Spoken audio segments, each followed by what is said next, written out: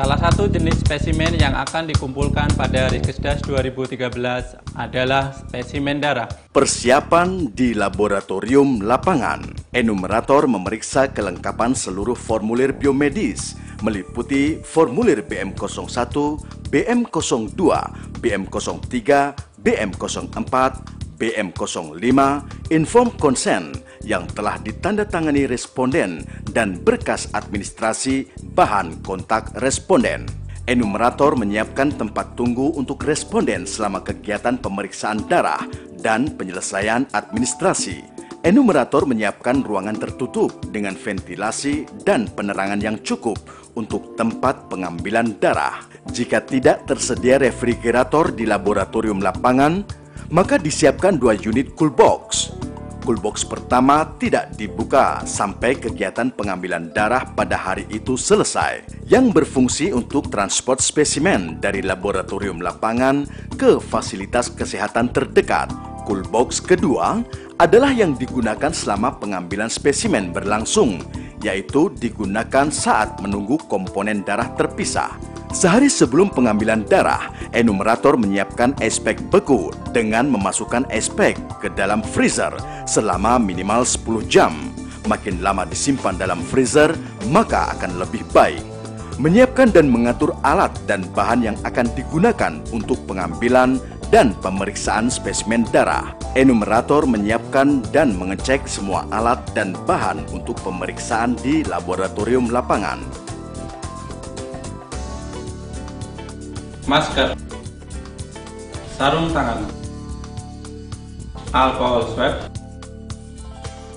plester luka, tali pembendung atau tourniquet, siring 10 mili, needle ukuran 22 G, needle ukuran 24 G, wing needle, blood lancet, autoclick, pipet pasteur, Vacutainer plain 10 mili, rak serum, parafilm, cryocoil tube 4,5 mili, underpad, centrifuge, ice pack,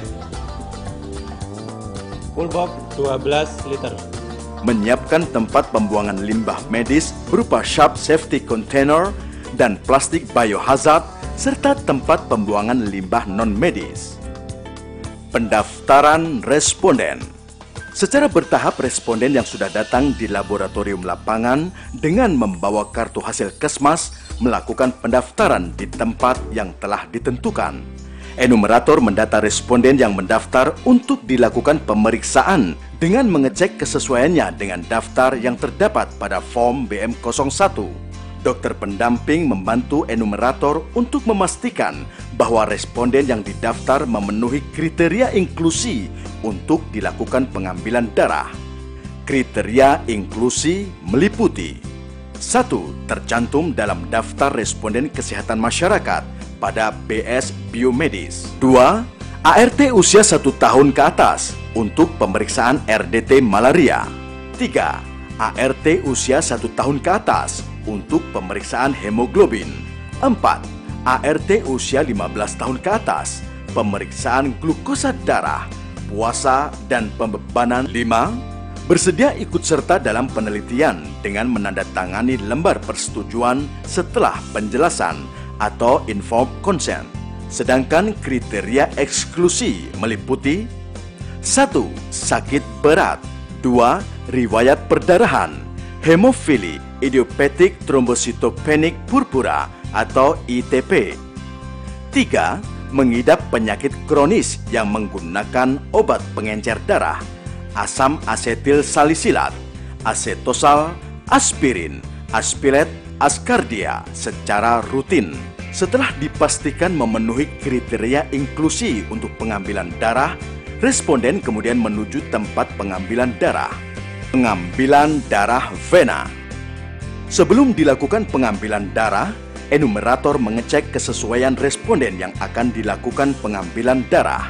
Enumerator menyiapkan vacuum plain 10 ml yang sudah ditempelkan stiker responden sesuai dengan stiker responden yang ada pada form BM01. Siapkan tali pembendung darah atau tourniquet, siring 10 ml dengan jarum 22G dan siring 5 ml dengan jarum 25G atau sesuai dengan kondisi responden yang akan diambil darah. Siapkan tempat untuk pembuangan limbah medis, Sharp Safety Container, yang akan digunakan untuk membuang jarum bekas pakai dan kantong plastik biohazard untuk sampah medis seperti kapas alkohol bekas pakai. Siapkan parafilm dan gelas preparat yang telah diberi label untuk hapus darah tebal malaria apabila responden mengalami demam dalam 2 hari terakhir. Responden diminta untuk duduk dengan posisi tegak dan usahakan posisi responden senyaman mungkin. Kemudian letakkan salah satu tangan responden di atas meja dan diluruskan. Pilih lengan yang banyak melakukan aktivitas atau lengan dengan pembuluh vena teraba atau kelihatan. Pasang tourniquet kira-kira 5 cm atau 4-5 jari di atas vena kubita atau di atas lipatan siku dan jangan terlalu kencang. Responden diminta untuk mengepalkan jari tangannya agar pembuluh vena menjadi tampak atau menonjol. Lakukan perabaan atau palpasi untuk memastikan posisi vena. Vena yang teraba akan seperti pipa kecil, elastis dan memiliki dinding tebal. Jika vena tidak teraba, dapat dilakukan pengurutan dari arah pergelangan ke siku. Bersihkan area di sekitar vena kubita, bagian yang akan diambil, dengan menggunakan alkohol swab selama kira-kira 30 detik dan tunggu hingga kering untuk menghindari adanya kontaminasi. Ambil darah sebanyak 10 ml untuk responden usia 15 tahun ke atas dan 5 ml untuk usia responden 1 hingga 14 tahun, juga wanita hamil. Untuk responden usia di bawah 5 tahun dapat menggunakan wing needle. Tempatkan keempat jari memegang bagian bawah sebagai penyangga dan ibu jari berada di atas siring. Penusukan dilakukan dengan sudut 30 derajat pada vena. Untuk kedalaman tidak ditentukan, tetapi sebaiknya jangan terlalu dalam. Kemudian tarik bagian spuit sampai darah naik. Lepaskan tourniquet perlahan-lahan dan minta responden untuk perlahan-lahan membuka kepalan tangannya ketika darah sudah mulai masuk ke dalam siring. Setelah selesai pengambilan darah, tarik siring perlahan. Tempelkan kapas kering pada area di sekitar bekas luka tusukan atau plester luka dan berikan sedikit tekanan halus. Jarum segera dilepaskan untuk menghindari terjadinya hemolisis dan dibuang dalam kotak limbah medis Sharp Safety Container. Kira-kira 2 tetes darah kemudian diteteskan pada kertas parafilm untuk pemeriksaan glukosa darah, hemoglobin, dan malaria. Bagi responden yang menderita demam dalam 2 hari terakhir, dibuatkan sediaan darah hapus tebal malaria Duplo pada 2 slide. Buka tutup vacuum plain dan kemudian darah vena yang tersisa dimasukkan dalam vacuum plain 10 ml melalui dinding tabung untuk proses pembuatan serum. Pemeriksaan glukosa darah puasa.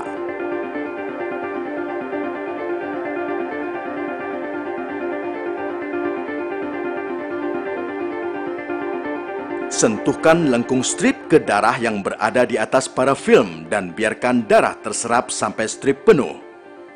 Tunggu beberapa saat untuk melihat hasilnya.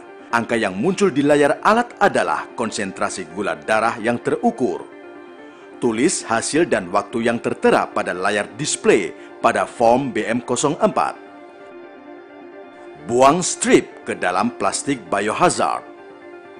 Setelah ada hasil pemeriksaan glukosa darah puasa, dilanjutkan dengan 1. Pembebanan glukosa anhidrat 75 gram diberikan bila hasil gula darah puasa kurang dari 126 mg per desiliter dan diminum dalam waktu 5 menit.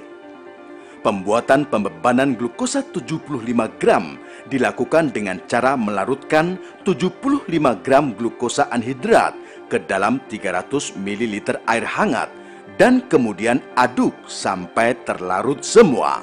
2. Makanan cair 300 kalori diberikan bila hasil gula darah puasa lebih besar sama dengan 126 mg per desiliter atau ART diketahui menderita DM. Pembuatan pembebanan makanan cair 300 kalori dilakukan dengan cara melarutkan 4,5 sendok takar makanan cair ke dalam 300 ml air hangat dan kemudian aduk sampai terlarut semua.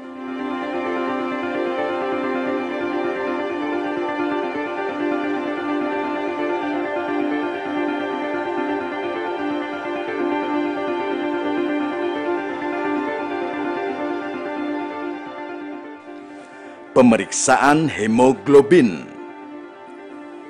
Sentuhkan ujung cuvette ke darah yang sudah diletakkan di atas parafilm. Biarkan darah terserap dan terisi sampai penuh. Sisa darah yang tertinggal di permukaan cuvette dibersihkan dengan tisu. Masukkan cuvette yang sudah berisi darah ke tempat cuvette dan tutup holdernya. Tunggu hasilnya dalam kurun waktu beberapa detik. Angka yang muncul di layar adalah konsentrasi hemoglobin darah spesimen yang sudah diperiksa.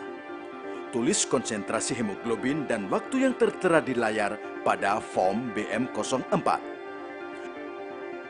Cuvette yang sudah terpakai dibuang ke dalam sharp safety container.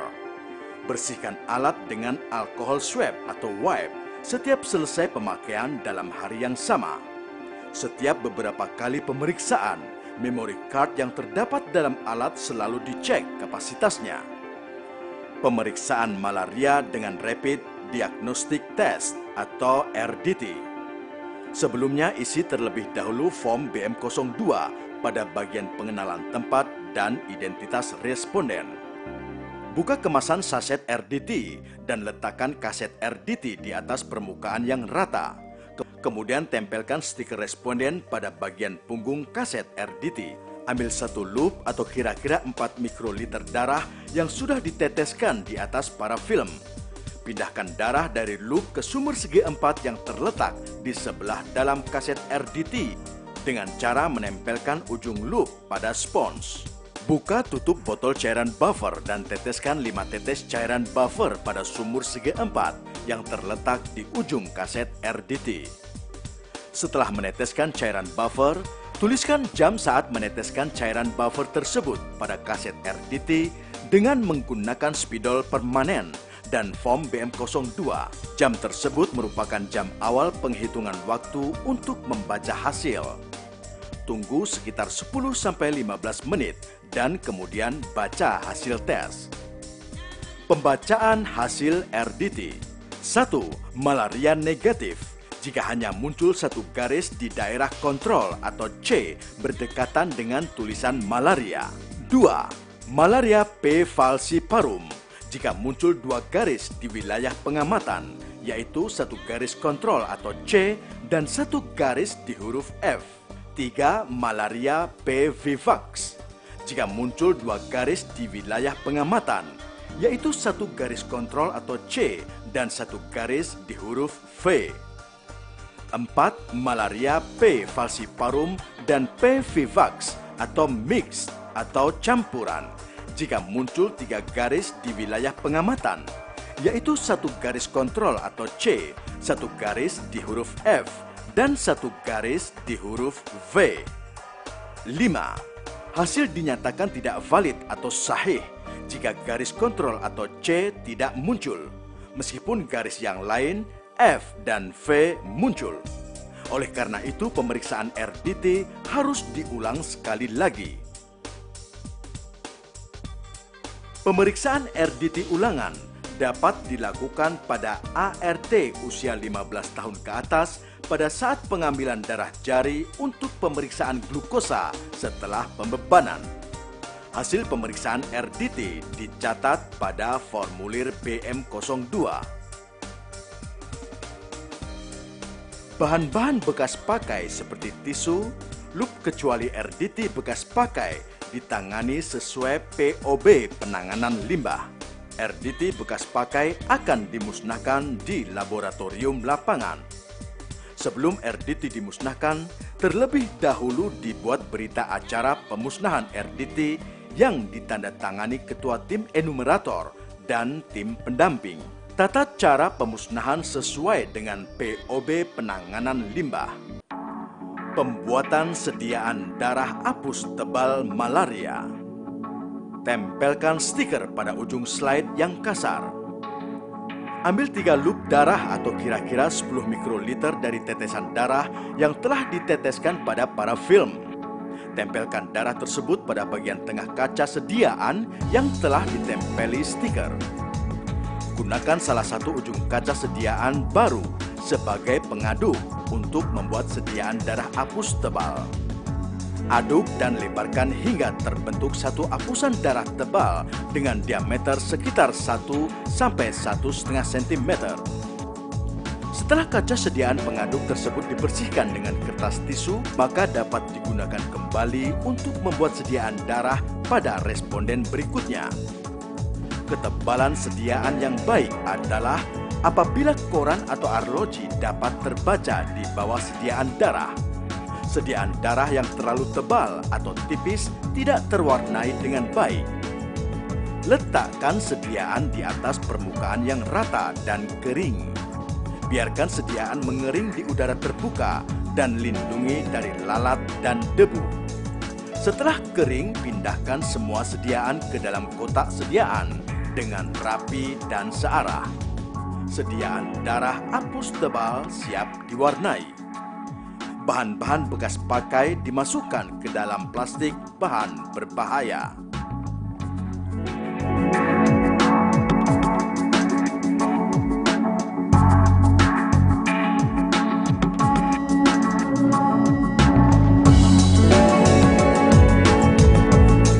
Pembuatan larutan Gimsa 3%. Konsentrasi pewarna Gimsa yang dipakai untuk mewarnai sediaan apus darah tebal adalah larutan Gimsa 3% atau 3:97 dengan lama pewarnaan 45 menit sampai 1 jam. Contoh pembuatan larutan Gimsa 3% adalah sebagai berikut. Campurkan 0,3 ml Gimsa stok ke dalam 9,7 ml air mineral atau 1 tetes Gimsa stok ditambahkan ke dalam 32 tetes air mineral. Aduk dengan pipet hingga larutan tercampur merata. Pewarnaan sediaan darah apus tebal. Letakkan satu persatu sediaan darah di rak pewarnaan dan pastikan rak berada di tempat yang rata dan tidak miring agar pewarnaan sempurna.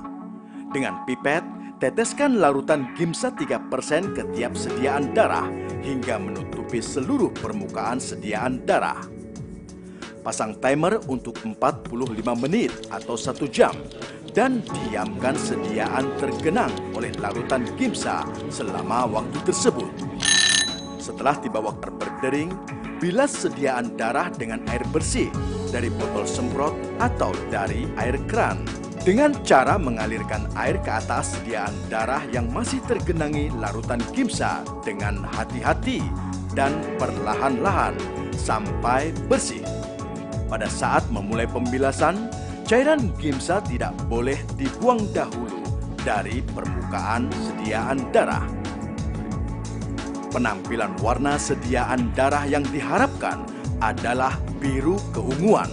Apabila sediaan masih berwarna kehijauan atau biru pucat, waktu pewarnaan bisa diperpanjang dengan cara meneteskan sediaan kembali dengan larutan Gimsa dengan lama pewarnaan sekitar 15 menit. Biarkan sediaan mengering dengan posisi berdiri pada temperatur kamar.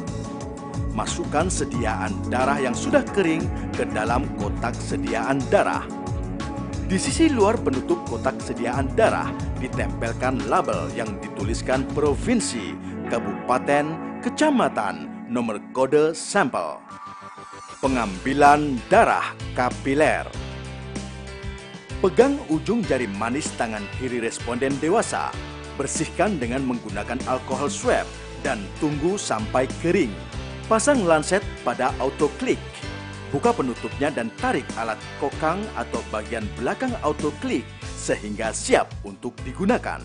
Tempelkan ujung atau klik pada ujung jari dan tekan pangkal alat kokang sehingga lanset dapat menusuk ujung jari.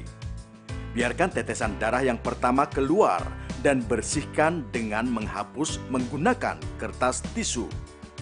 Tetesan yang kedua digunakan untuk pemeriksaan glukosa darah setelah 2 jam pembebanan. Tempelkan lengkung strip pada tetesan darah berikutnya sampai penuh. Kemudian tunggu beberapa saat untuk melihat hasilnya.